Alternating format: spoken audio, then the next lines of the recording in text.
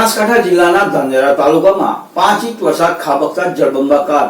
ઉપરવાસમાં 2 દિવસથી પડેલ ભારે વરસાદથી રેલ નદીમાં આવ્યું ઘોડાપૂર. 2017 પછી રેલ નદીમાં આવ્યું ઘોડાપૂર. નદીના દ્રશ્યો જોવા લોકોના ટોળે ટોળા ઉમટ્યા. તો આવો જોઈએ એક રિપોર્ટ.